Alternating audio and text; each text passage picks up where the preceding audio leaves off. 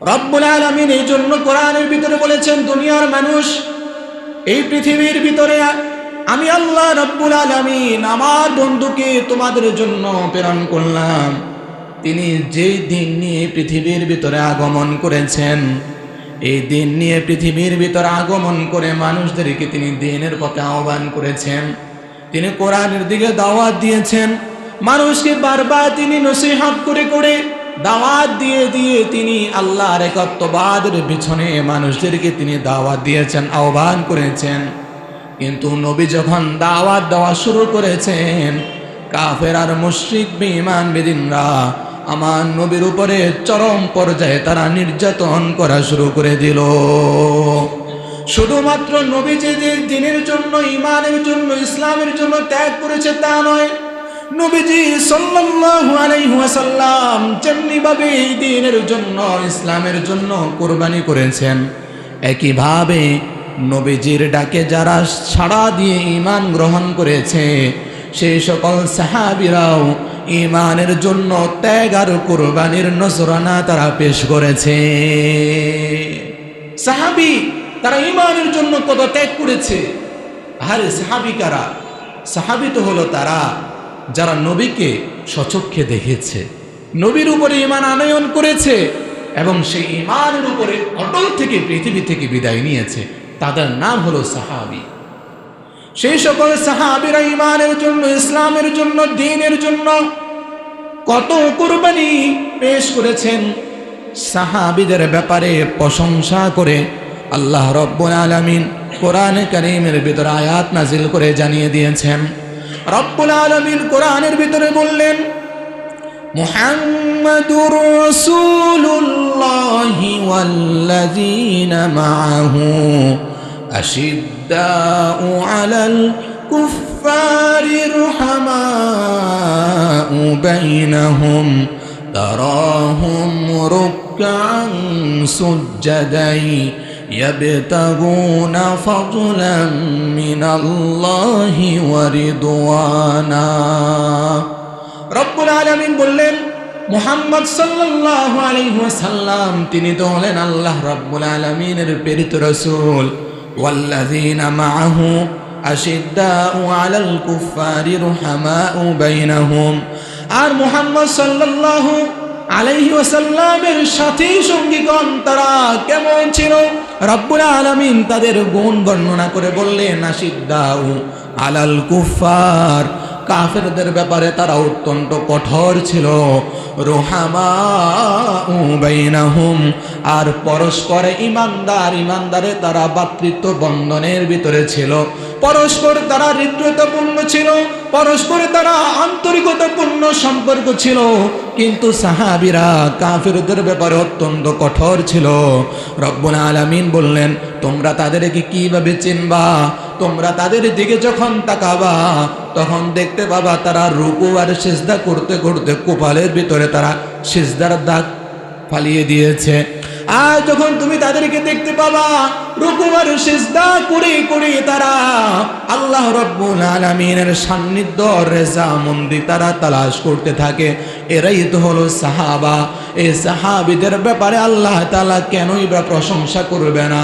সাহাবীদের ব্যাপারে কেন আল্লাহ তাআলা এমন সার্টিফিকেট দান করেছে? রব্বুল আলামিন কোরআনের অন্যত্রে বলেছে, এই সাহাবী হলো তারা যাদের উপরে স্বয়ং আল্লাহ রব্বুল আলামিন খুশি হয়ে গিয়েছেন। আবার আল্লাহ রব্বুল আলামিনের উপরেও সাহাবীরাও খুশি হয়ে গিয়েছে। রাদিয়াল্লাহু আনহুম ওয়া রাদু আন। রব্বুল আলামিন বললেন, ও আমার দুনিয়াবাসী বান্দারা শোনো শোনো, আমার নবীর সাহাবী তারা কেমন জানোনি?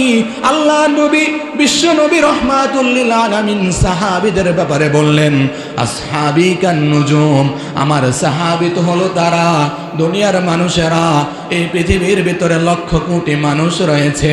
এই যে আকাশের দিকে তোমরা তাকাও, আকাশের দিকে নক্ষত্রমালা তোমরা দেখতে পাও, এই নক্ষত্রমালাগুলো তোমাদের কাছে যেমন মর্যাদা সম্পন্ন, এই পৃথিবীর ভিতরে আমার সাহাবীরা হলো এই উম্মতের ভিতরে নক্ষত্র সমতুল্য। জোরে বলেন সুবহানাল্লাহ। সাহাবীদের কেমন মর্যাদা! তাফসীরে কুরতুবীর ভিতরে ইমাম কুরতুবী রাহমাতুল্লাহি আলাইহি বললেন, সাহাবী তো হলো তারা যে সকল সাহাবীদের উপরে আল্লাহর নবী খুশি ছিলেন, সাহাবীদের উপরে স্বয়ং আল্লাহ খুশি ছিলেন। আব্দুল কাদের জিলানী রাহমাতুল্লাহি আলাইহি এই পৃথিবীর ভিতরে যত ওলি আউলিয়া গাউস কুতুব আছে, সকল ওলি আউলিয়াদের বড় ওলি ছিল আব্দুল কাদের জিলানী। বড় পীর যাকে বলা হয়, আব্দুল কাদের জিলানী রাহমাতুল্লাহি আলাইহিকে একবার জিজ্ঞেস করা হলো, ওগো আব্দুল কাদের জিলানী, আপনার সাথে সাহাবীদের সাথে কেমন তারতম্য, সাহাবীদেরকে আপনি কেমন ভাবে পরিগণিত করেন?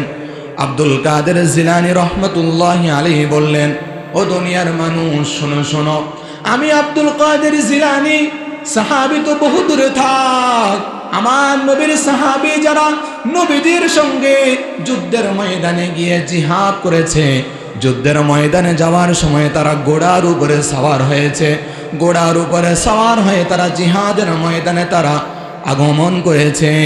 আর সেই যুদ্ধের ময়দানে সওয়ার হওয়ার সময় উটের আর ঘোড়ার দৌড়াদৌড়ির মাধ্যমে যে ধুলা বালিগুলা উড়েছে, সে ধুলা বালিগুলা যেগুলো ওটের নাক দিয়ে প্রবেশ করেছে, সেই ওটের নাকের ধুলা বালিগুলোকে যদি এক পাল্লায় রেখে দেয়া হয়, আর আমি আব্দুল কাদের জিলানীর মতো হাজারো হাজারো আব্দুল কাদের জিলানীকে যদি এক পাল্লায় তুলে দেওয়া হয়, তাহলে হাজার হাজার আব্দুল কাদের জিলানী থেকে সাহাবীরা যে ময়দানে গিয়ে যুদ্ধ করেছে, জিহাদ করেছে, নবীদের সঙ্গে তারা একতাবদ্ধ হয়ে জিহাদ করেছে, দ্বীনের জন্য তারা কাজ করেছে, সে ময়দানের দুলা বালিগুলাকে যে পাল্লায় রাখা হবে, সেই দুলা বালিগুলোকে রাখার পাল্লাটা অনেক ভারী হয়ে যাবে।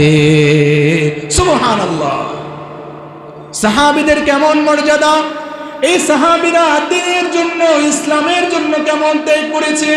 হযরত বিলাল রাদিয়াল্লাহু তাআলা আনহুর ঘটনা কে বা না জানে। হযরত বিলাল রাদিয়াল্লাহু তাআলা আনহু যখন ইসলাম ধর্ম গ্রহণ করেছেন, হযরত বিলাল রাদিয়াল্লাহু তাআলা আনহু তিনি ছিলেন উমাইয়া ইবনে খলফের গোলাম ছিল, উমাইয়ার গোলাম ছিল হযরত বেলাল। বেলাল যখন নবীজির ধর্ম গ্রহণ করলো, উমাইয়া বেলালকে বলতে লাগলো, বেলাল, মুহাম্মাদের উপরে তুমি কালিমা গ্রহণ করেছো, তাড়াতাড়ি মুহাম্মাদের ধর্ম তুমি পরিত্যাগ করো, না হলে তোমার খাবার বন্ধ করে দেব। বেলাল রাদিয়াল্লাহু তাআলা আনহুর প্রাথমিকভাবে খাবার বন্ধ করে দেওয়া হলো, কিন্তু দেখলো খাবার বন্ধ করেও কোনো লাভ হলো না। হযরত বেলাল তারপরেও ঈমান ছাড়ে না, এরপরে শারীরিকভাবে মানসিকভাবে নির্যাতন করা শুরু করে দিয়েছে। বেলাল রাদিয়াল্লাহু তাআলা আনহুকে মরুভূমির উত্তপ্ত বালির ভিতরে হযরত বেলালকে চিৎ করে শোয়ানো হলো। মরুভূমির উত্তপ্ত বালিগুলা কেমন গরম থাকে, যারা সৌদি গিয়েছেন দেখতে পেয়েছেন। এমন মরুভূমি অঞ্চলের উত্তপ্ত গরম বালির ভিতরে হযরত বেলালকে চিৎ করে শোয়ানো হলো, আর বেলালকে চাবুক দিয়ে প্রহার করা হয়েছে, চাবুক পিটা করা হয়েছে। বেলাল রাদিয়াল্লাহু তাআলা আনহুর চামড়াগুলো ফেটে গিয়ে পিনকি দিয়ে দিয়ে রক্ত বের হয়েছে। বেলাল রাদিয়াল্লাহু তাআলা আনহুকে যতই মারে, বেলাল শুধু বলতেই থাকে আহাদ আহাদ আহাদ। বেলাল শুধুই বলে আল্লাহ এক, আল্লাহ এক, আল্লাহ এক। বেলালকে যতই আঘাত করে, বেলাল কালিমা ছাড়ে না। বেলালকে বলে, উমাইয়া, ও বেলাল, কালিমা ছেড়ে দাও, তোমাকে আমরা জীবন দিয়া দিব, তোমাকে আমরা ছেড়ে দিব, আর প্রহার করব না, আঘাত করব না। কিন্তু বেলাল রাদিয়াল্লাহু তাআলা আনহু বললেন, উমাইয়া, আমাকে আঘাত করতে করতে, প্রহার করতে করতে যদি আমার জীবনও কেড়ে নাও, তুমি আমার অনেক সহজে জীবন কেড়ে নিতে পারবা, কিন্তু আমি যে মুহাম্মদের উপর ঈমান এনেছি, এই ঈমান তুমি কখনো আমার থেকে কেড়ে নিতে পারবে না। সুবহানাল্লাহ। হযরত বেলাল রাদিয়াল্লাহু তাআলা আনহু ইসলামের জন্য, দ্বীনের জন্য এমন ত্যাগ করেছেন। শুধু যে হযরত বেলাল ইসলামের জন্য ত্যাগ করেছে তা নয়, ওইদিকে ইয়াসিরের পুরো পরিবারটাই মাজলুম পরিবার ছিল। ইয়াসির রাদিয়াল্লাহু তাআলা আনহু তার স্ত্রী হলো সুমাইয়া রাদিয়াল্লাহু তাআলা আনহা। তাদের পুত্র সন্তান ছিল আম্মার, আবু জাহেল, আবু লাহাব, উতবা, শাইবা। তাদেরকে মাটি খুঁড়ে অর্ধেক কোমর পর্যন্ত মাটির ভিতরে গেড়ে রেখে তাদেরকে চাবুক দিয়ে আঘাত করেছে। আর বলতে লাগলো, হে ইয়াসরিব, ইয়াসরিবের স্ত্রী সুমাইয়া, আম্মার, কালিমা ছেড়ে দাও, তোমাদেরকে আমরা ছেড়ে দিব।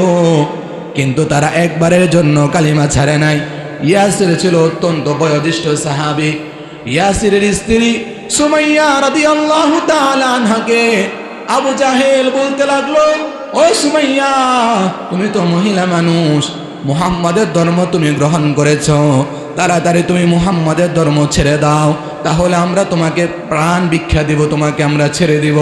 কিন্তু সুমাইয়া রাদিয়াল্লাহু তাআলা আনহা এমন একজন সাহাবী, মহিলা সাহাবী ছিলেন। সুমাইয়া রাদিয়াল্লাহু তাআলা আনহা বলতে লাগলেন, এ আবু জাহেল, তুমি আমাকে আঘাত করতে পারবে, প্রহার করতে পারবে, জীবন কেড়ে নিতে পারবে, স্বাধীনতা হরণ করতে পারবে, কিন্তু যে মুহাম্মাদের উপর ঈমান এনেছি, এই ঈমান তুমি আমার থেকে কেড়ে নিতে পারবে না। এই কথা বলার পরে আবু জাহেল ক্ষিপ্ত হয়ে গিয়েছে। আবু জাহেল ক্ষিপ্ত হয়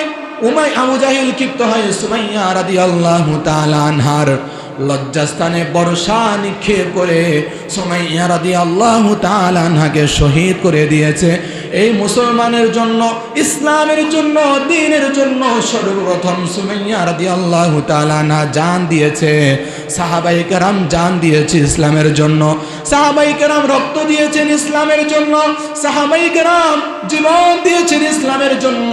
তারপরেও তারা ঈমান ছাড়ে নাই। কিন্তু আজকে তো আমরা রেডিমেড ইসলাম পেয়ে গিয়েছি। আজকে আমরা বাপ দাদার সূত্রে, পৈতৃক সূত্রে আজকে আমরা ইসলাম পেয়ে গিয়েছি, ঈমান পেয়ে গিয়েছি। যে কারণে আজকে আমরা ইসলামের মূল্য বুঝি না, ঈমানের মূল্য বুঝি না। অথচ দেখেন, সাহাবীরা 1400 বছর পূর্বে, 1500 বছর পূর্বে সাহাবীরা ঈমান আনয়ন করার কারণে রাঙ্গা তরবারির সামনে তাদেরকে দাঁড়ানো লাগছে। সাহাবীরা ঈমান আনয়ন করার কারণে তারা পরীক্ষা দেয়া লাগছে। সাহাবীরা ঈমান আনয়ন করার কারণে তারা রক্ত দেয়া লাগছে। সাহাবীরা ঈমান আনয়ন করার কারণে তারা জীবন দেয়া লাগছে। আজকে তো আমরা ঈমান আনয়ন করার কারণে অগ্নির সামনে আমাদেরকে দাঁড়াতে হয় না। ঈমান আনয়ন করার কারণে তো আজকে আমাদেরকে তরবারির সামনে দাঁড়াতে হয় না। ঈমান আনয়ন করার কারণে তো আজকে আমাদেরকে যুদ্ধ করতে হয় না। সাহাবীরা ঈমানের জন্য কেমন ত্যাগ করেছে, কেমন কুরবানি করেছে। হযরত আবু বকর রাদিয়াল্লাহু তাআলা আনহু নবীর জন্য, দ্বীনের জন্য, ইসলামের জন্য কত কুরবানি করেছে। আজকে তো আমরা অনেকে নিজেদেরকে আশিক রাসূল দাবি করি। আসলে প্রকৃতপক্ষে আশিক রাসূল তো হইতে হবে আবু বকরের মতো আশিক রাসূল।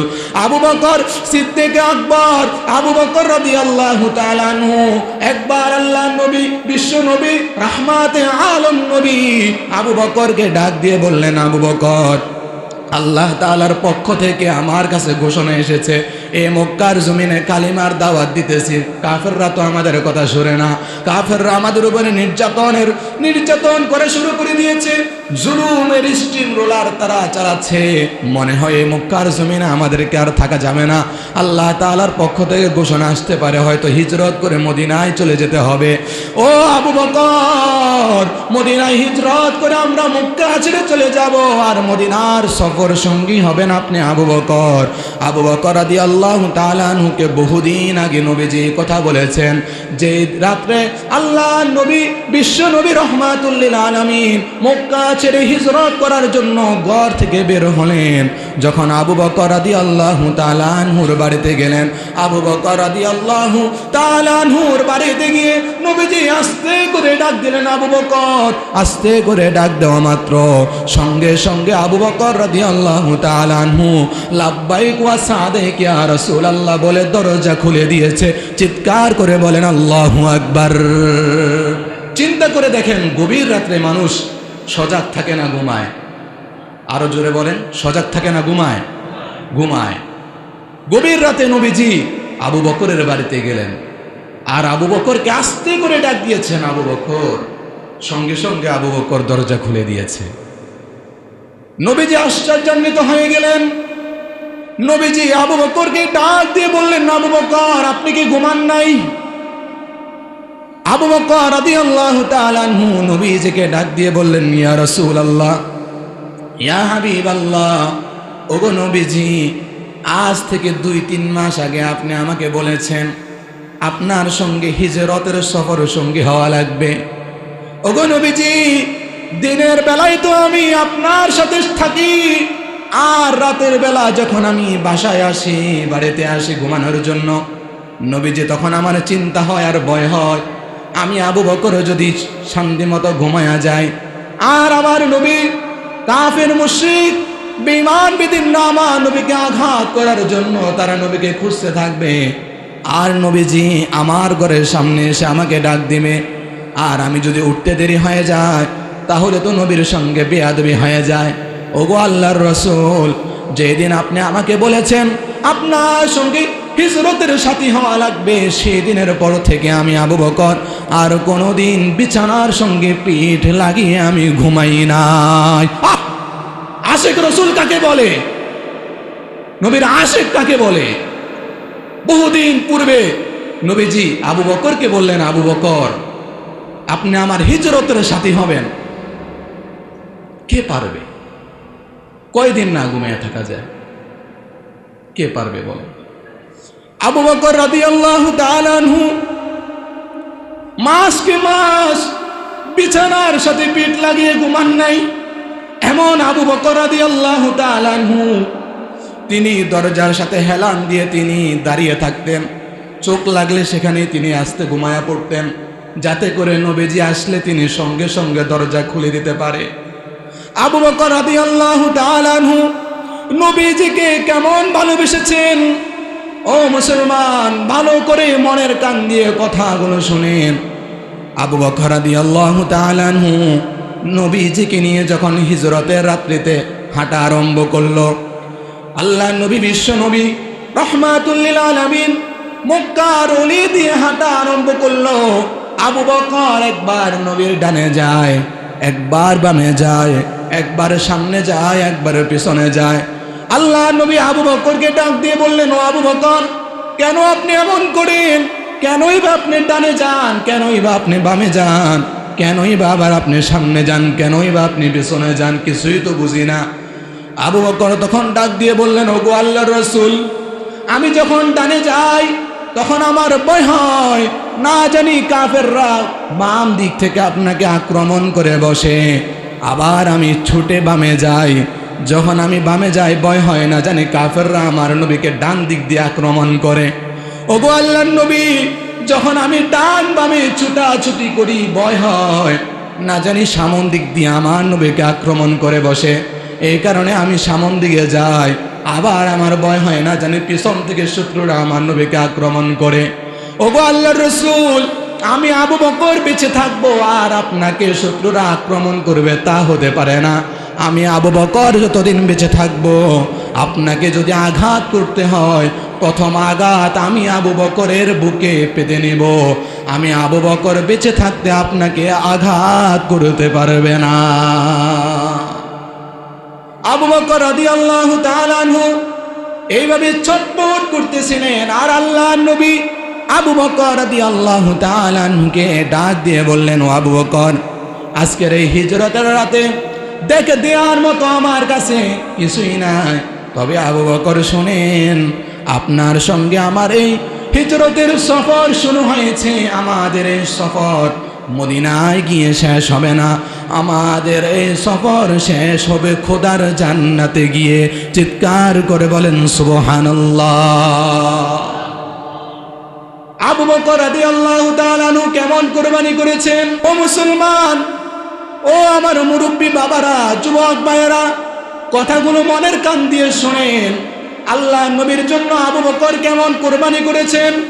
নবীজি সাল্লাল্লাহু আলাইহি ওয়াসাল্লাম যখন হাঁটতে হাঁটতে যখন সকাল যাপনের সময় হয়ে গেল, সুবহে সাদিকের সময় হয়ে গেল, এইদিকে কাফের মুশরিকরা চতুর্দিকে নবীকে খুঁজতেছে, পাইলে নবীর উপর আক্রমণ করবে, নবীকে হত্যা করে ফেলবে। আবু বকর রাদিয়াল্লাহু তাআলা আনহু সুবহে সাদিকের সময় হয়ে যাওয়া মাত্র নবীকে ডাক দিয়ে বললেন, ইয়া রাসূলুল্লাহ, সামন দিকে আর যাওয়া যাবে না, সকাল হয়ে যাবে, শত্রুরা আমাদেরকে দেখে ফেলবে। চলেন ওই যে গারে সুর, ওখানে একটা গর্ত আছে, সেখানে আমরা আত্মগোপন করি। আল্লাহ নবী রাজি হয়ে গেলেন। আবু বকর আর আল্লাহ নবী বিশ্ব নবী রহমাতুল লিল আলামিন তখন গারে সোরের নিকটে গেল। আবু বকর রাদিয়াল্লাহু তাআলা আনহু নবীকে দাঁড়ালেন। নবীকে দাঁড় করিয়ে আবু বকর গর্তের ভিতরে প্রবেশ করলেন। বহুদিন পর্যন্ত এই গর্তটা খালি পড়ে থাকার কারণে ময়লা আবর্জনা ছিল। আবু বকর রাদিয়াল্লাহু তাআলা আনহু তিনি গুহার ভিতরে প্রবেশ করে পুরা গর্তটাকে তিনি পরিষ্কার পরিচ্ছন্ন করলেন। তিনি লক্ষ্য করে দেখলেন গুহার ভিতরে অনেকগুলা গর্ত, ছোট ছোট গর্ত দেখা যায়। আবু বকর রাদিয়াল্লাহু তাআলা আনহু শরীরে জামা ছিল। আবু বকর রাদিয়াল্লাহু তাআলা আনহু নিজের জামাটাকে ছিঁড়ে ছিঁড়ে এই গর্তের মুখগুলোকে তিনি বন্ধ করে দিয়েছে। কিন্তু সকল গর্তগুলোকে বন্ধ করেছে, কাপড় শেষ হয়ে গিয়েছে, এখনো আরো একটা গর্ত অবশিষ্ট আছে। আবু বকর চিন্তা করলেন সবগুলা গর্ত তো বন্ধ করলাম, কাপড় তো আর নাই, তবে আল্লাহ তো আমাকে দুইটা হাত দিয়েছে, দুইটা পা দিয়েছে, আমি একটা হাত বা পা দিয়ে আরেকটা গর্তকে আমি বন্ধ করে রাখবো। এরপরে রাসূলকে ডাক দিয়ে বললেন, ওগো আল্লাহর রাসূল, আসেন আপনি এখন গর্তের ভিতরে প্রবেশ করতে পারেন।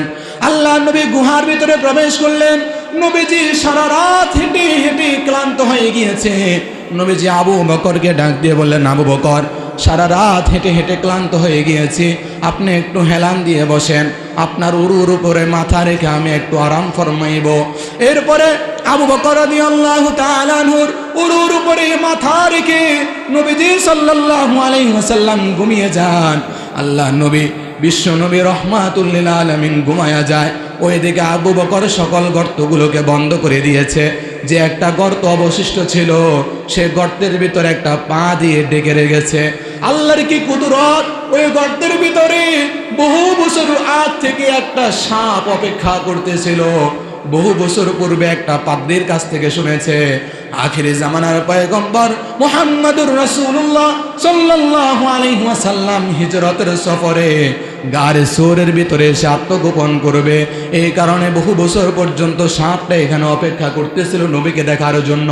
আহারে, আমার নবীর জন্য সাপ পাগল ছিল, আমার নবীর জন্য গাছপালা পাগল ছিল।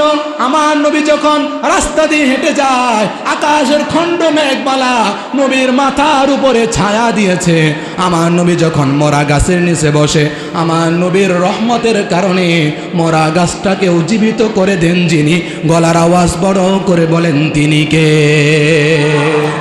আল্লাহ নবী বিশ্ব নবী রহমাতুল লিল আলামিনকে আবু বকর কেমন মোহাব্বত করেছে। সাপ বারবার বের হইতে চায়, কিন্তু দেখে সকল গর্তগুলা বন্ধ করে দিয়েছে। এরপরে একটা গর্ততে আবু বকর পা দিয়ে ডেকে রেখেছে। সাপ বারবার আবু বকরের পার উপরে আঘাত করতেছে, কিন্তু আবু বকর তো পা সরায় না। এরপরে সাপ সিদ্ধান্ত নিল, যদি আমাকে কামড় বসাইয়া দিতে হয় তাহলে আমি কামড় বসাইয়া দিয়ে হলেও আমি আমার নবীকে দেখে ছাড়ব। এরপরে আবু বকরের পায়ে সাপ যখন দংশন করলো, আবু বকর তীব্র সাপের যন্ত্রণা ব্যথায় সারা শরীরটা নীল বর্ণ হয়ে গিয়েছে। আবু বকর চোখের পানি আর রাখতে পারলেন না। আবু বকরের চোখ থেকে অশ্রুগুলো গাল দিয়ে বেবে নবীজি সাল্লাল্লাহু আলাইহি ওয়াসাল্লামের চেহারা মুবারকের উপরে পড়লো। আর আল্লাহ নবী সঙ্গে সঙ্গে উঠে বসে পড়লেন। আল্লাহ নবী আবু বকরকে ডাক দিয়ে বললেন, আবু বকর, কি ব্যাপার, কি হয়েছে, কেন আপনি কান্না করছেন? বুঝি আপনার বাড়ির কথা মনে পড়ে গেছে, বুঝি ছেলে মেয়ের কথা মনে পড়ে গেছে, বুঝি স্ত্রীর কথা মনে পড়ে গেল, বুঝি আত্মীয়তার কথা মনে পড়ে গেল। আবু বকর রাদিয়াল্লাহু তাআলা আনহু নবীকে ডাক দিয়ে বললেন, ওগো আল্লাহর রাসূল, আপনার উপরে ঈমান আনয়ন করেছি, আপনার জন্য স্ত্রী ছেড়েছি, আপনার জন্য ফ্যামিলি ছেড়েছি, আপনার জন্য পরিবার ছেড়েছি, দেশ ছেড়েছি। ওগো নবীজি, আপনার সঙ্গে যদি কিয়ামত পর্যন্ত থাকতে পারি, এর থেকে সৌভাগ্য তো আর কিছুই হতে পারে না। ওগো নবীজি, আমি এগুলা কিছুর জন্যই কান্না করেছি না। নবীজি, গর্তগুলো আমি বন্ধ করে দিয়েছি, একটা গর্তের ভিতরে পা দিয়ে আমি আটকিয়ে রেখেছি। মনে হয় কোনো ধ্বংস প্রাণী মনে হয় যেন আমাকে আক্রমণ করেছে। তীব্র ব্যথা যন্ত্রণা সহ্য করতে পারি না। আল্লাহ নবী বিশ্ব নবী রহমতে আলম নবী আবু বকরকে ডাক দিয়ে বললেন, আবু বকর, তাড়াতাড়ি পাটা আপনি আমার সামনে এনে দেন। আল্লাহ নবী বিশ্ব নবী রহমতে আলম নবী জবান থেকে, জিহ্বা থেকে, মুখ থেকে লালা মুবারক নিলেন। লালা মুবারক নিয়ে আবু বকরের ক্ষত জায়গায় লাগাইয়া দিয়েছেন। ক্ষত জায়গায় নবীজির লালা লাগাতে দেরি হয়, আর আবু বকরের বিষ পানি হতে একটা মুহূর্ত দেরি হয় না। আল্লাহু আকবার! কেমন নবী ছিলেন! আর আবু বকর, সাহাবীরা ইসলামের জন্য কেমন কোরবানি করেছে, ইসলামের জন্য তারা কেমন ত্যাগ করেছে। তারা বিটা বাড়ি ত্যাগ করেছে, পরিবার ছেড়েছে, স্বজাতির মায়া ত্যাগ করেছে, আত্মীয়তার মায়া ত্যাগ করেছে। তারপরেও কি তারা ইসলাম ত্যাগ করেছে? তারপরেও কি তারা ইসলাম ছেড়েছে? ইসলাম ছাড়ে নাই। তাই এই ইসলামের জন্য আমাদের উপরে যদি কোরবানি করতে হয়, তাহলে কোরবানি করার জন্য রাজি আছি না নাই?